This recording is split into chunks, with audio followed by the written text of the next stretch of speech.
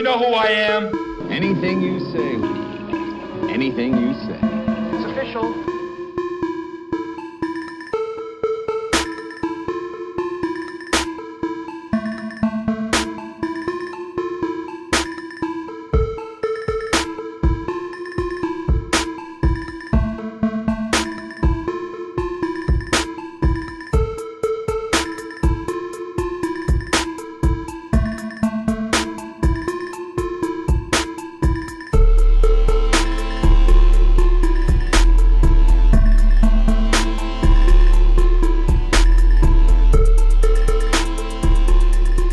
What's up, YouTube? It's your boy Thomas back again with another rendition of Truth Be Told. Now, this week, I didn't really see anything major going on in the news. I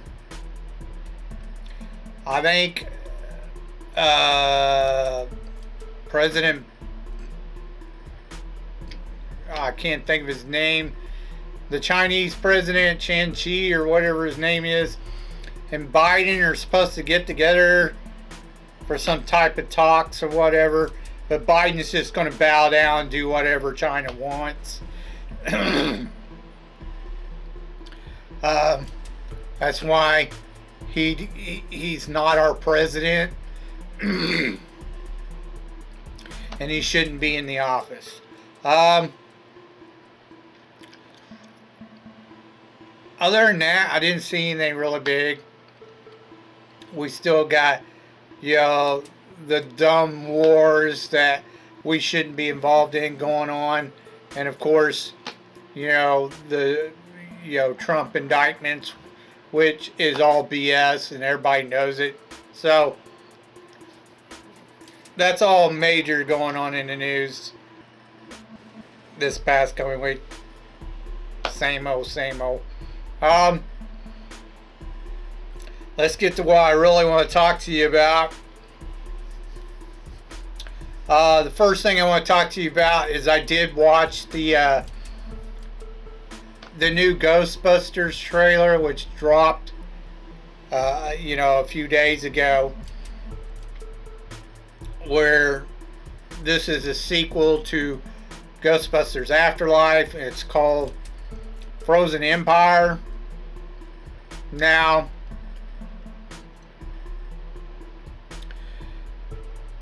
I thought Afterlife was fairly decent. It was alright. It wasn't bad. I only had a couple of things that I didn't care for. And they kind of carry over into this one, it looks like. First off, the whole mommy didn't know what the hell Daddy Egon was doing is such BS. And then the simple fact that they go and make her the head of the Ghostbusters now is so dumb. She shouldn't be a part of the Ghostbusters, other than the fact that she's the mother of the kids. Other than that, that's it. She shouldn't be like head of the team or anything like that. That's just dumb. I get where Sony was going. They're trying to do this whole family, make it a family friendly type show. But the original two Ghostbusters was not about family. It wasn't a family oriented thing. I mean, yes, it was kind of, family friendly, but it wasn't. It was more adult themed than it was kid friendly. Anyways, so they've turned it kiddie-ish, which, I'm not a big fan of. Now, if the kids were teenagers, I'd be all down for it. The teenagers are learning from the OGs. I would be all down for that. Have the OGs come in and teach them. But they're not doing that. They're just automatically, it's the family and they're, the kids, and they know how to do everything. That's BS. Now the trailer looked half decent. Like the bad guy looked like he might be pretty cool. I don't know. But Paul Rudd's like playing the stepdaddy part for the family. And it's him, the mama, you know, and she has to be the boss babe, blah, blah, blah. No, fuck off with that shit. And then you got the kid from Stranger Things. And this little tiny petite 90-pound girl is the granddaughter of Egon. Now my biggest complaint with the first one was she automatically picks up a proton pack, is able to strap it on her back, you know, turn it on, knows how to work it right off the bat, and she's going around shooting it with no problems. Whereas in the first two movies, the guys are all struggling to use the proton pack. Like they're having a hard time aiming that thing and catching ghosts. But yet she's able to do it just like that. 90-pound little girl. It's so dumb. It's dumb. But yeah, and my biggest complaint about this new set of movies is where the fuck is Venkman Jr.? You know, Peter Venkman, which is played by Bill Murray, him and Sigourney Weaver, I can't remember what her name was, they had a kid in the sequel. A boy. Why is he not there heading up the Ghostbusters? It should be him leading the Ghostbusters, not boss bitch fucking mama. Where the fuck? And why does nobody mention him? It's like he's not even mentioned in these movies. Like he never existed. And nobody's talking about it. You can go to the other YouTubers who are who have talked about this trailer.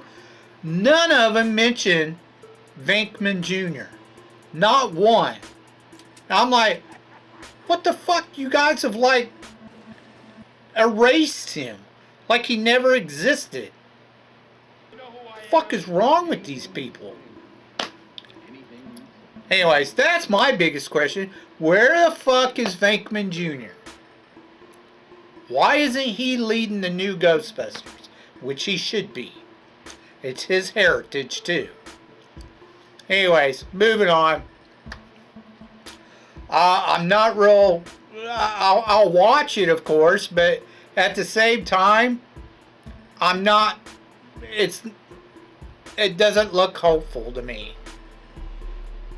And of course, you know, them fuckers for the 2016 reboot, they're all salty again about it. Wah, wah, wah. Yeah, why about our fucking... It wasn't Ghostbusters. It was a piece of crap satire garbage. Feminist garbage. Ugh. Feminism. God.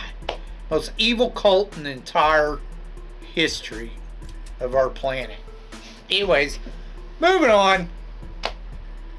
What I really want to talk to you about is, and I'm not going to go into detail, every little detail, I'll mention a few, but you can go to other channels like Neurotic or Critical Drinker or Midnight Edge, whatever. There's so many YouTubers who have talked about this movie already and done reviews on it as soon as it dropped.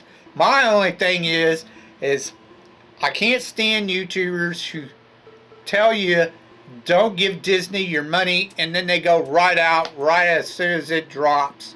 They're the first ones to go fucking pay for it and watch the damn movie so they can review it on their channel. A ton of them do it, and it just irritates the piss out of me. You know, I don't give Disney my motherfucking money. You know how I do. Anyways, I watched the movie.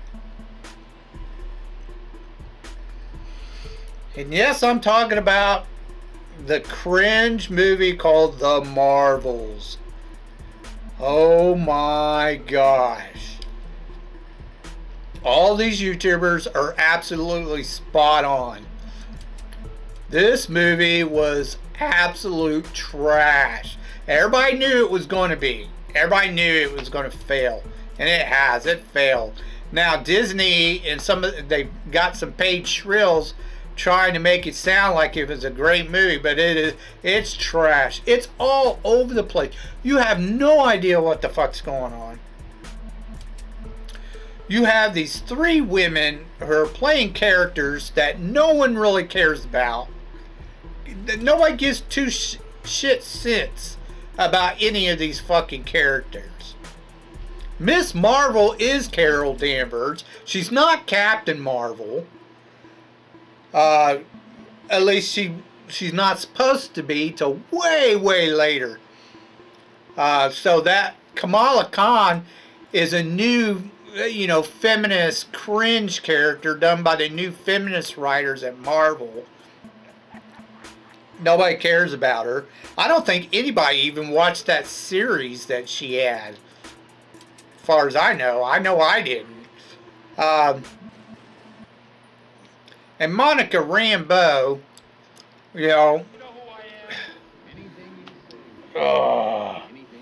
she takes on the Captain Marvel name before, Carol Danvers, but whatever.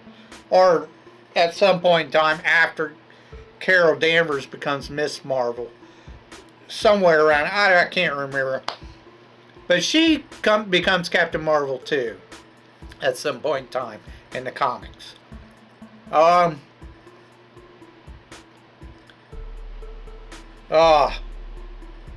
don't even know where to start. There's so much crap in this.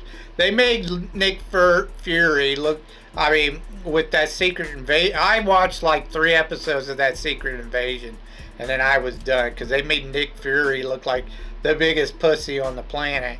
The same thing. He took a back seat in this movie. They did the same thing, like he's Grandpa Nick Fury in this one. It's just terrible. Of course, Carol Danvers, she has like 500 fucking cats now.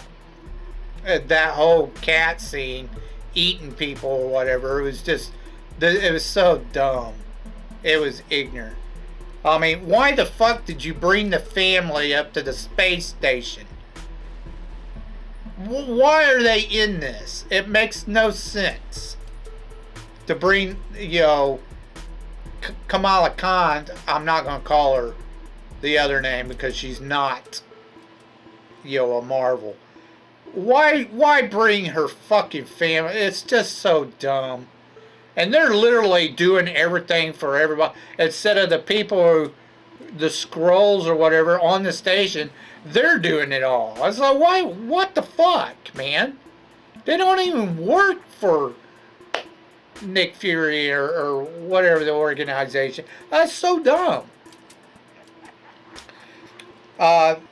Carol Danvers nearly kills Kamala Khan a couple of times in this movie because she wants to get back and fight the Kree. Like, there's one scene where she jumps up in the air and doesn't even think about it, fuck her, uses her powers to go fight the Kree, and then Kamala Khan can't fucking fly, so she's about to die. Monica Rambeau, she's just learning how to use her powers, so she really don't know how to fly. She nearly gets him killed. It's just dumb. Dumb. They're all out in space. At the very beginning, you see that Monica Rambeau and Kamala Khan, they have to use a spacesuit to breathe. But throughout the rest of the movie, no, it's okay. We can breathe out in space now.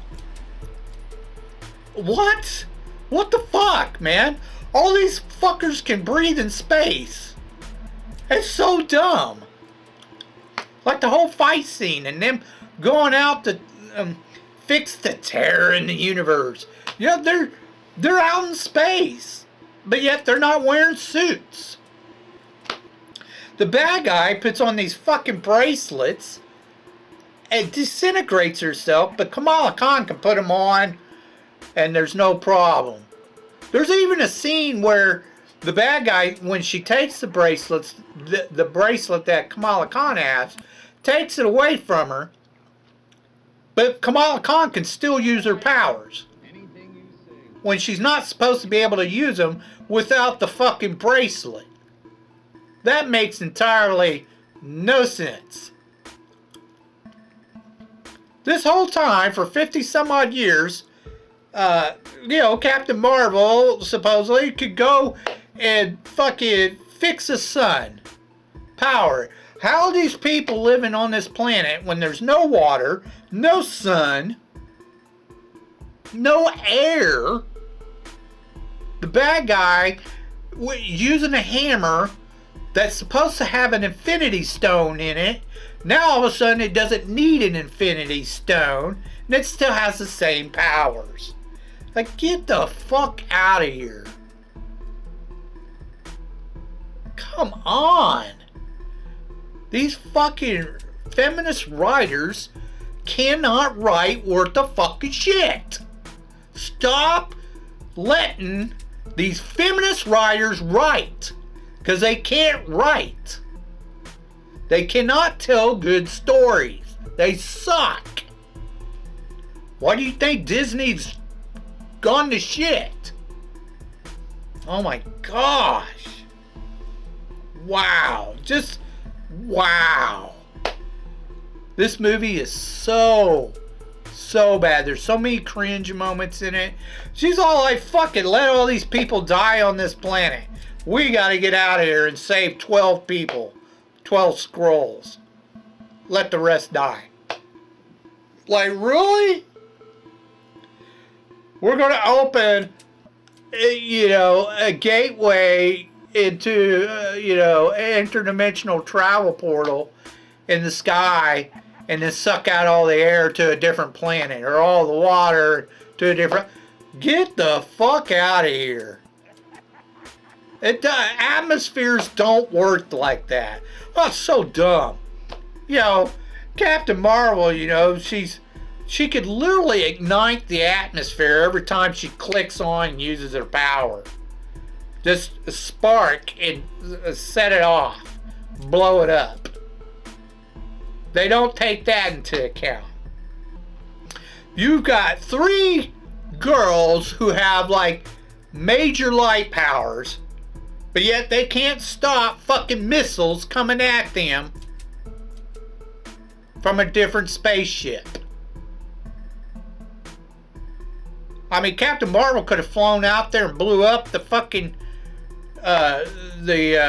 missiles, or Rambo, Monica Rambeau could have done it. Whatever, or stop the ship. But yet they can't do that. Second, they can't outrun him. And then second, the other thing was stupid was she's the only one, Captain Marvel's the only one who can fly the fucking ship. Nobody else can fly the ship. Just Captain Marvel. Oh, it's the show, the movie is just trash. Do not watch this movie. I forced myself to watch it because I knew everyone was want to go on and hear about it. Just 2 thumbs down. The worst. Disney is so bad. Let's get on to your B-movie. I'm sick of talking about it. If you want to watch more details of all that was wrong, you can go watch some of the other dude. So bad. So bad. Stupid feminism. It needs to be eradicated. Alright, let's move on to your B-movie review.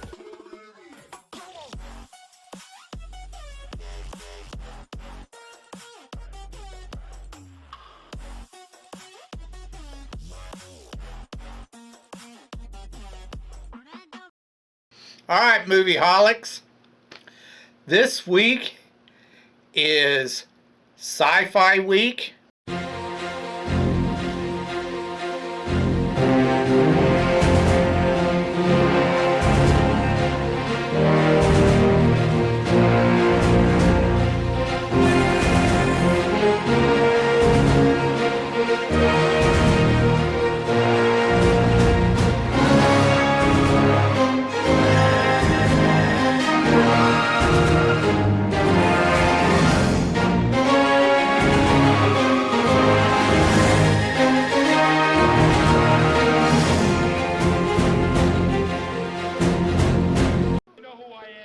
Both of the movies I'm about to go over with you is, I think, 80s flicks. They're both 80s.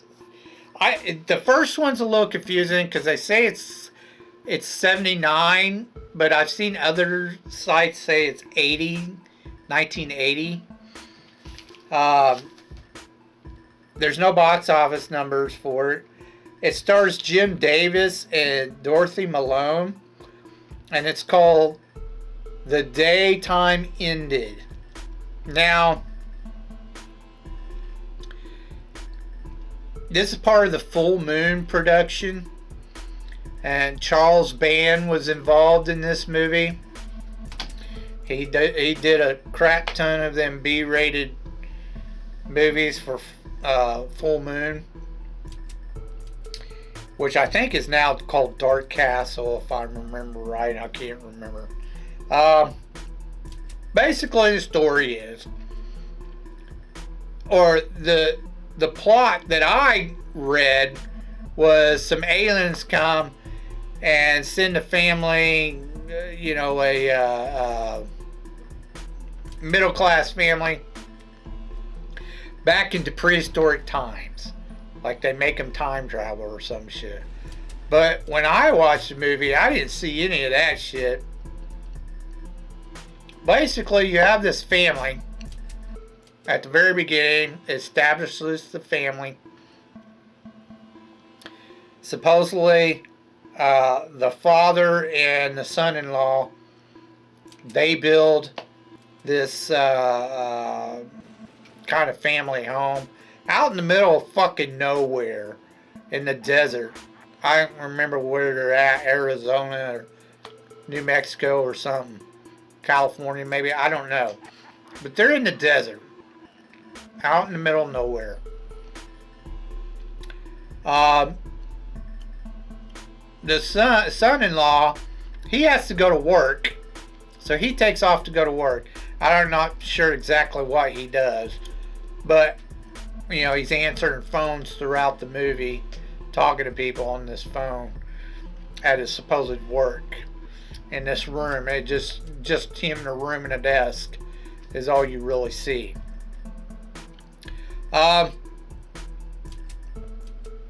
And you have something coming in on the radio, the car radios, the stereo, claiming that there's an electrical storm coming, blah, blah, blah.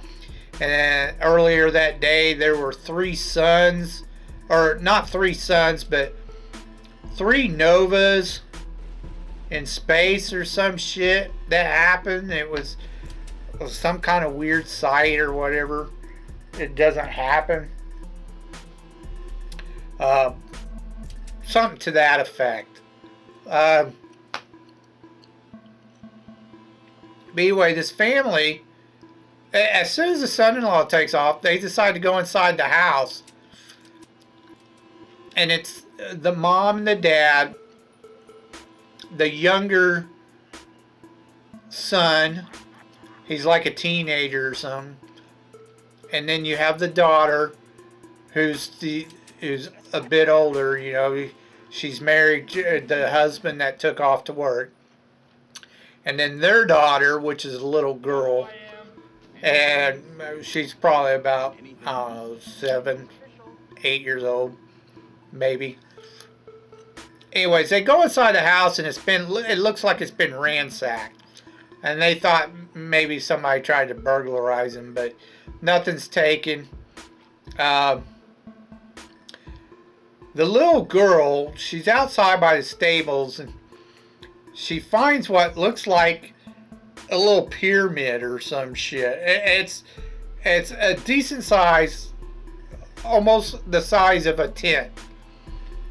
It's glowing, and she tells them about it, the rest of the family, but they don't believe her. She even tries to show them where it's at, but they don't believe her. Instead, where it was at, she now finds the little pyramid. It looked like about the size of a stone that would go on a necklace, and she's carrying that around with him. Now, throughout the rest of the movie, you have some bizarre shit going on. this green light, which I'm assuming is coming from the pyramid, is turning shit on and off for the little girl. Like, there's one point where she has to use the restroom and the light, you get this green light. She goes in there, she says, "Thank you, light," and then the water turns on. She goes, "Oh, thank you, water." You know, so she could wash her hands. You know, just stuff like that. And she keeps telling the family about this. And the family's going, "I have no idea what you're talking about. This ain't, this not an automatic, you know, home or whatever. It don't do shit, you know, for you or anything like that." So they're a little bit bewildered and confused why she keeps saying this stuff. But later on in the night, they see UFOs flying over the home.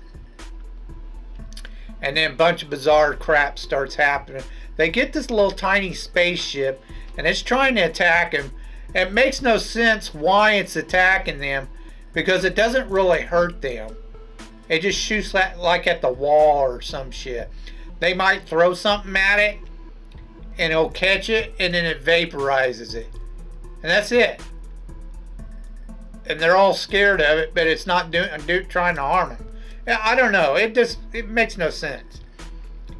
Then they see these two creatures fighting, which just appear out of nowhere. And they're like, "What the fuck is that?" You know? There's one point in time where it looks like they get lost in, you know, in some type of dimension or some shit. All of them do. It's kind of strange. The boy, or the teenage boy, he's in the barn, and the mom and dad, they come into the barn, and he's all like, "You just left," and the father's all like, "No, I've been gone for hours," and he says, "Why is it light outside?" You know, because when he opened the door, it was light. When he left, it was dark. So, you know, there's a lot of confusion there. And then all of a sudden, the dad's all like, "We're in a time warp bubble," you know, and everybody's all like, "What the fuck is that?" You know, like he knows. He knows jack shit. But all of a sudden, he supposedly knows exactly what's going on and tries to explain to him that, you know, time varies where they're at now, blah, blah, blah. So, yeah, the dad says we're in this time warp bubble, which, you know, how the hell does he know? He's not a scientist or anything, but whatever. You know, he tries to explain to him they're caught up in some time of dimensional time drift or some shit. It's like, what the fuck ever. So, and it makes, again, it starts making no sense because they take off on these horses. The son-in-law, he finally decides to leave his place of work to find out what's happening to the family because he can't get through to them on the phone. He ends up wrecking a car because he sees a UFO. And then, you know, he finds one of the horses that they have at the property, and he uses that to get back to the home. Well, the rest of the family, they take off on the horses. The girl and the daughter, you know, they end up disappearing during the time shift that they experienced. And then they all meet up at the very end. And they see this glowing city out in the middle of the desert, you know, where the UFOs, spacecraft or whatever are hanging out. It looks like a futuristic city with domes, you know, like force field domes over them. I'm like, what the fuck? This movie makes no sense. So supposedly now they're in the future or some shit. Yeah, it's just, okay, whatever. And the daddy's all like, "Well, this is the way we need to live from now on. Maybe it's meant to be, blah, blah, blah." What the fuck are you talking about? You see two more of them pyramid things as they approach the city. And I'm just like, okay, whatever. That's where the movie is. It's just bizarre. I mean, this could have been a really cool movie, but they really, if you don't know what the fuck's going on, I mean, come on. No sense whatsoever. It would, like I said, it would have been a really cool movie. It's a cool idea. I give it a thumbs up and a thumbs down. It's sometimes that way with Charles Band. Sometimes he does a decent, cool B-rated movie, and the other times it's just like, dude, what the fuck are you doing? So the next one I watched was done in 1984, and it was called The Dungeonmaster. Now, there's no box office numbers. It had starring the late Richard Mall and Jeffrey Byron and some actress no one even really knows who she is. I can't remember what her name. I didn't bother to write it down. Anyways, the story is that you have this supposed demonic wizard, and he wants to pit his magic against, you know, technology, basically. Jeffrey plays like some kind of tech whiz, and you know, Richard plays the demonic wizard. He kidnaps the girlfriend, which is the main actress, but they and they kind of fight back and forth. Not really. It's more or less,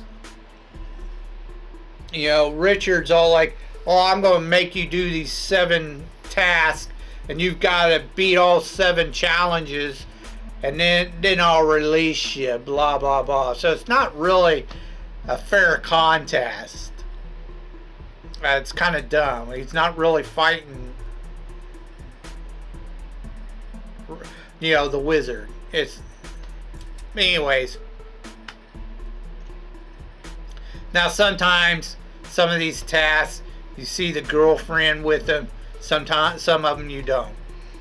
And he's got to do various ones. They're all really kind of cheesy and dumb. They really are.